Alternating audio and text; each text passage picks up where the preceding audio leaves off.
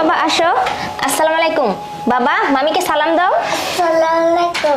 ওয়ালাইকুম আসসালাম। লিমা, আমাদের না ফোনে কথা হয়েছিল, আমি তো এখনই বাবার বাড়িতে যাব।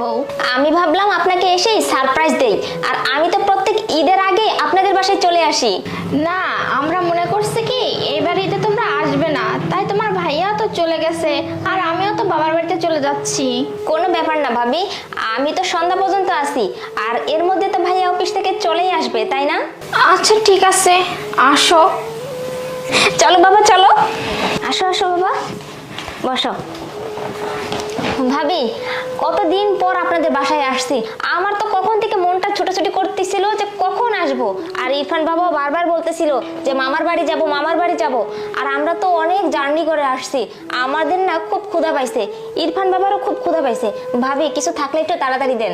আসলে কি হয়েছে, আমি তো জানতাম না যে তোমরা আসবে, আর আমি রান্নাও করি নাই, আমি তো বাড়িতে চলে যাচ্ছিলাম। আচ্ছা সমস্যা নাই, তোমরা বসো, আমি তোমাদেরকে একটা কিছু বানিয়ে দিচ্ছি। আচ্ছা ঠিক আছে।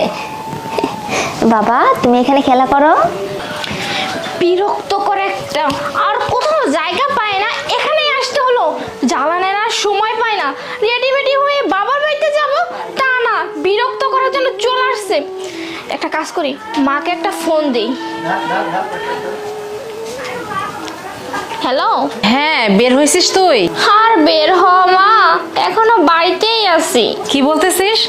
তুই এখনো শ্বশুর বাড়িতে আছিস, বের হসনি? কি করে বের হবো মা, আমার ননদ আসছে। মা আমার ক্ষুধা লাগছে। ও ক্ষুধা লাগছে বাবা, তোমার মামি তো খাবার আনতে গেছে, এখনই চলে আসবে।